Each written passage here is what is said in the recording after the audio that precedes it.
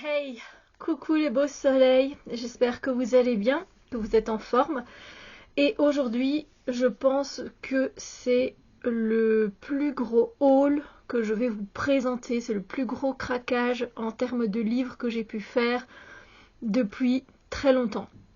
Donc, je ne sais pas si cette vidéo sera divisée en deux, parce que j'ai quand même 22 livres. Ouais, je sais pas ce qui m'est arrivé, 22 livres à vous présenter. Il y a de tout, de la fiction et de la non-fiction. Il y a beaucoup de livres de développement personnel, d'apprentissage. Donc vraiment, il y a de tout.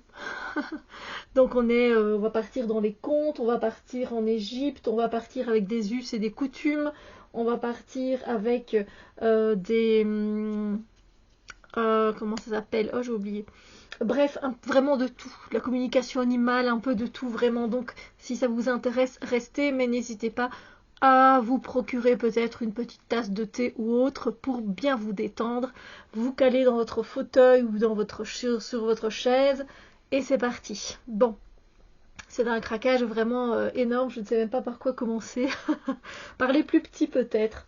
Bon, j'ai parlé de contes, donc je vous ai déjà parlé de ce livre, de cette collection-là. Collection aux éditions Seuil. J'ai un livre, mais il en existe beaucoup. Et je suis une fan de contes, si vous ne le savez pas. Et donc ils ont énormément, les éditions Seuil ont énormément de livres comme ceci, magnifiques et intéressants. Et ici, moi j'en en ai qu'un pour l'instant, c'est le conte de la Polynésie, qui sont très sympathiques. Et ici, c'est conte des sages chamans. Et j'ai envie de m'en prendre un chaque mois. Voilà, parce que déjà j'aime, j'en lis et je trouve ça très intéressant. Du coup, c'est de Pascal Folio et de Patrick Fishman aux éditions Seuil. Je trouve qu'en plus les couvertures, enfin, elles sont vraiment dans le thème à chaque fois. Pour la Polynésie, les contes de la Polynésie, c'était dans les bleus, c'était super. Ici, chamanique, le côté plus terre, vous voyez, ocre, c'est génial, c'est très très beau, le côté totem comme ça. Et alors, vous avez à chaque fois, ce sont vraiment des objets, moi je trouve très collector également. Vous avez des bordures de couleurs différentes comme ça. Donc, vous voyez, on a des dessins également, vous voyez. La beauté, la beauté du livre. Et donc, ce sont à chaque fois des contes magnifiques, superbes, et donc illustrés en plus de ça. Même la page de l'intérieur, ici, elle est colorée. Et comme je vous l'ai dit, vous retrouvez des dessins aussi. Et donc, c'est vrai qu'il coûte une petite somme, hein, il coûte 20 €, mais vraiment à offrir ou à s'offrir, c'est génial. Donc ici, ce sont les contes des sages chamans, tout simplement. Et après, ben voilà, par exemple, vous prenez un conte au hasard comme vous le souhaitez. Hein. Ici, on va évidemment parler beaucoup d'animaux. Grand-père ours et dame blaireau. C'est un mythe Aïnou, donc on vous explique aussi, enfin, on vous dit de quelle tribu ça peut venir, etc. Donc, déjà, je suis très heureuse. Ensuite, on va passer à de la fiction. Et c'est un livre qui est apparemment numéro 1 pour le moment. C'est Tant que le café est encore chaud de Toshikazu Kawaguchi. Et c'est aux éditions Le Livre de Poche. Il a eu le prix des lecteurs 2023. Pourtant, ça vient de commencer l'année, c'est de la sélection, en tout cas 2023. Et c'est un petit livre qui ne fait pas plus de 240 pages. Voilà, c'est écrit comme ceci, donc assez aéré, hein, pas si petit que ça au niveau de la typologie. Qu'est-ce que ça raconte? Dans une ruelle de Tokyo se trouve le café Funikuli Funikula, un petit établissement au sujet duquel circulent 1000 légendes. On raconte notamment qu'en y dégustant un délicieux café, on peut retourner dans le passé. Mais ce voyage comporte des règles. Il ne peut pas changer le présent et dure seulement tant que le café est encore chaud. 4 femmes vont connaître cette singulière expérience. Voilà, donc c'est un livre qui a apparemment touché des lecteurs dans le monde entier, donc j'ai hâte de lire cette pépite. Voilà. Alors ensuite, on reste un peu dans la fiction pendant un certain temps. Ici, j'ai choisi Les Neiges de l'Éternel de Claire Crust aux éditions Helios. très bel objet livre, mais en même temps, maintenant, les livres sont de très bonne qualité, sont très très bien, très très beaux. On est ici sur un 360 pages à peu près. Il y a quand même de quoi lire, mais c'est assez aéré, la typologie est assez sympa. Voilà, qu'est-ce que ça raconte? Nous sommes dans un Japon féodal avec 5 personnages qui vont raconter à leur manière la déchéance d'une famille noble. Donc il y a 5 récits brutaux qui voient éclore le désespoir d'une jeune fille, la folie d'un fantôme centenaire, les rêves d'une jolie courtisane, l'intrépidité d'un garçon inconscient et le désir de liberté d'un guérisseur. Le tout sous l'égide de l'hiver qui s'en revient encore. Voilà. Et c'est une Lilloise qui a écrit ce récit. Voilà, c'est une Française, donc c'est très intéressant. Ça aussi, je le trouvais très intéressant, il m'a tiré. Alors, on reste avec un livre qui est sorti toujours dans de la fiction, qui est sorti il y a déjà un bon bout de temps, qui est même limite vieux, et c'est Ma cousine Rachel de Daphné du Maurier aux éditions Le Livre de Poche. Alors, j'aurais peut-être pas dû l'acheter parce que je me dis que d'abord je devrais lire Rebecca. Je le voyais là-bas. C'est également Rebecca de Daphné du Maurier. Et je me souviens que le livre a été adapté en série sur Netflix. Je pense qu'il y est même peut-être. La série est peut-être encore. Mais je n'ai pas envie de regarder la série sans avoir lu le livre. Voilà, c'est un peu mon truc. Donc, ce sont généralement des livres d'ambiance. Et ici, avec Ma cousine Rachel, eh bien, voici l'histoire. Sans la connaître, Philippe déteste cette femme que son cousin Ambroise, avec lequel il a toujours vécu dans leur beau domaine de Cornouailles, a épousé soudainement pendant un séjour en Italie. Quand Ambroise lui écrit qu'il soupçonne sa femme de vouloir l'empoisonner, Philippe le croit d'emblée. Le don du suspense psychologique propre à la célèbre romancière anglaise est particulièrement éclatant dans Ma cousine Rachel. Voilà. Et on est ici sur un livre de 383 pages. Il y a quand même pas mal à lire. On voit bien que ça prend vraiment tout l'espace par rapport aux nouveaux livres, j'ai envie de dire, de maintenant, où il y a beaucoup plus d'espace au-dessus et en dessous.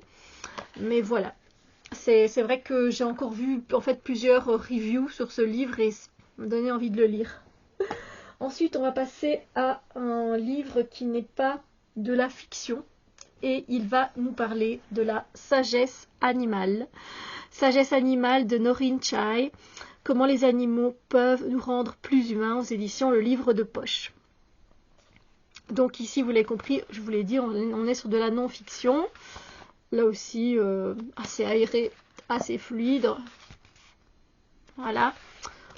On est sur du... Alors, 270 pages. Alors, ici, en fait, on va se retrouver donc avec Noreen Chai, qui est riche d'une longue expérience comme vétérinaire de la faune sauvage, qui va nous plonger en fait dans une découverte passionnante et originale du monde animal et des multiples enseignements qu'ils nous apportent. Ainsi, par leur manière de se comporter, de vivre, de coexister, les animaux, que ce soit les chiens, les chats, les éléphants, les dauphins, les tamarins, peuvent nous apprendre à nous réconcilier avec nos émotions et à mieux partager celles d'autrui. Ils sont aussi capables de nous aider à retrouver les chemins oubliés de notre intelligence intuitive, à mieux écouter notre corps sans le bourrer de nourriture inutile et à vivre plus sereinement le temps présent. N'est-ce pas en renouant avec notre animalité que nous finirons un jour par retrouver notre pleine humanité? Voilà, ça me semblait très très intéressant et du coup, voilà, envie de voir, d'apprendre, etc. Et puis, c'est pas un livre qu'on est obligé de lire en une fois. Hein. On peut tout à fait s'arrêter à un paragraphe et puis reprendre parce que c'est juste quelqu'un qui nous raconte ce qu'il a vécu en tant que vétérinaire. Voilà, on est déjà à 10 minutes et on est au tiers de ce que j'ai à vous présenter, même pas. Ensuite, on repasse à de la fiction et je vous présente Sabre d'Emmanuel Ruben aux éditions Le Livre de Poche. Voilà, il a eu également lui un prix, le prix des 2 magots en 2021. Et déjà la couverture elle est super sympa, si vous aimez les cartes, tout ça, je trouve super chouette. Et donc là aussi on est sur un livre qui est de à peu près 350 pages. Il y a de quoi lire. Les pages sont bien remplies, hein, comme vous le voyez. Voilà. Et qu'est-ce que ça raconte? Là aussi, je trouve que la 4e de couverture était très intrigante. Comme dans tous les grands romans qui sollicitent notre part d'enfance, cela commence par un souvenir. Il y avait autrefois, dans la salle à manger des grands-parents, un sabre de modèle inconnu que je n'ai jamais manié, jamais soupesé, pas même caressé. Et voici que Samuel vit double, hanté par la disparition soudaine du sable, guidé par les légendes de ses aïeux et par tante Esther, libraire à la retraite, décide d'enquêter. À quel ancêtre appartenait ce sabre? Quelles époques a-t-il traversé? Dans quelle guerre a-t-il servi? Vaut-il mieux se vouer au réel, souvent lacunaire, ou suivre l'aile de l'imaginaire? D'une puissance romanesque remarquable, d'une invention géographique drôlatique, Sabre, dans un jeu de pistes vertigineux, nous invite à un voyage baroque à la poursuite de chimères qui disent la vérité de notre époque. C'est attirant de voir un petit peu la vie que peut avoir eu ce sabre. Voilà. Je vois au nom des chapitres qu'à un moment donné, on était en Nouvelle-Gascogne. Voilà, avec un sergent ici, opération mousquetaire, je ne sais pas qu'est-ce qu'il a vécu ce sabre, mais ça me donne envie de savoir. Dites-moi si ça vous tente, s'il y a des livres ici qui vous tentent aussi. Et on continue avec un livre de non-fiction. Il y en a quand même quelques-uns, mais vous allez voir qu'il y en a quand même beaucoup après. Un livre de fiction, pardon, de fiction, mais il y en a beaucoup après de non-fiction. Ici, c'est Au petit mot, les grands remèdes de Michael Uras aux éditions Le Livre de Poche encore. Le livre de poche, c'est sympa, c'est moins cher. On est sur un livre de 340 pages, là aussi. Apparemment, c'est un peu plus fluide. L'écriture est un peu plus épaisse, j'ai l'impression, que les autres. Voilà. Qu'est-ce que ça raconte? Alex, passionné par les livres, a choisi d'exercer le métier peu commun de bibliothérapeute. Sa mission, soigner les maux de ses patients en leur prescrivant des lectures. Yann, l'adolescent fragile qui s'est fermé au monde, le cynique Robert, étouffé par son travail et qui ne sait plus comment parler à sa femme, Anthony, la star de football, refusant de s'avouer certaines de ses passions. Tous consultent Alex. Mais qui donnera des conseils au bibliothérapeute lui-même? La clé du bonheur se trouve-t-elle vraiment entre les lignes de ses livres chéris? Donc voilà, ici, on va voir un petit peu ce que ça donne, mais bon, ça parle de livres, donc ça peut être très intéressant, je trouve. On continue avec un livre de fiction, et après, on est parti pour de la non-fiction, beaucoup. J'ai choisi L'assassin du train de Jessica Fellowes. Aux éditions Le Livre de Poche. C'est un policier, donc ce sont les livres Les Sœurs Mitford Enquête, et je crois qu'il y a 3 tomes jusqu'à présent. Toujours un livre de poche, voilà. Ici on est sur plus de 500 pages, on est à peu près à 540 pages. Et c'est écrit assez grand, je dois dire. La police d'écriture est assez grande. Voilà. Et ici, en fait, c'est rare, vous le savez, que je prenne des livres policiers. Mais on est dans des années, en fait, qui m'intéressent pas mal. M'intéressent beaucoup, les années folles. Voilà. Donc, pas tout de suite. Pas tout de suite. C'est par la suite, surtout le deuxième. Mais bon, voilà. Là, je n'ai que le premier pour voir déjà s'il me plaît, n'est-ce pas? Donc, ici en 1919, Nancy est une jeune femme pétillante et romanesque à l'aube de ses 18 ans. Louisa Kennon, sa domestique et confidente, est arrivée sous peu au service de la famille Mitford. Tout bascule le jour où elle se retrouve embarquée dans une sombre affaire. Le meurtre de l'infirmière Florence Nightingale Shore à bord de l'express de 15h20. S'inspirant d'un fait réel, une affaire encore non élucidée à ce jour, ce roman captivant nous emmène dans l'Angleterre de l'entre-deux-guerres, des milieux défavorisés, au faste de la high society, à travers les aventures de Nancy et Louisa, toutes deux devenues complices et bien décidées à trouver l'assassin du train. Voilà, est-ce que je vais apprécier? Je ne sais pas, je verrai. hein, je vous tiendrai au courant. Du coup, on passe maintenant de la non-fiction. Êtes-vous prêts? Parce qu'il n'y a que ça pendant quelques livres. J'ai craqué quand j'ai vu ça.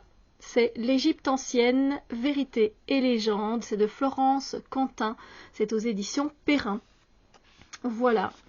Et en fait, là, on a pas mal. En fait, c'est chapitre par chapitre. Vous pouvez apprendre des choses sur l'Égypte. Hein. Je vais vous lire la 4e de couverture, bien sûr. Nous avons 31 chapitres différents qui vont nous parler de plein de choses différentes. C'est écrit très, très... Voilà, hein, très, très gros. C'est bien. Mais en même temps, ça m'a l'air aussi très intéressant. Très, très intéressant. Donc l'Égypte ancienne est un jour de bonheur que les dieux ont offert aux hommes, écrivait Paul Morand. Il est plus que jamais temps de découvrir ou redécouvrir ce jour, alors que nous commémorons le bicentenaire du déchiffrement des hiéroglyphes et le centenaire de la découverte du tombeau de Toutankhamon. Malgré l'avancée des connaissances, cette grande civilisation continue de charrier des théories pseudo-scientifiques ou ésotériques. Ce livre démonte une à une les affirmations infondées et éclaire les aspects les moins connus de cette glorieuse civilisation. L'Égypte fut-elle le premier État centralisé? La chimie y est-elle née?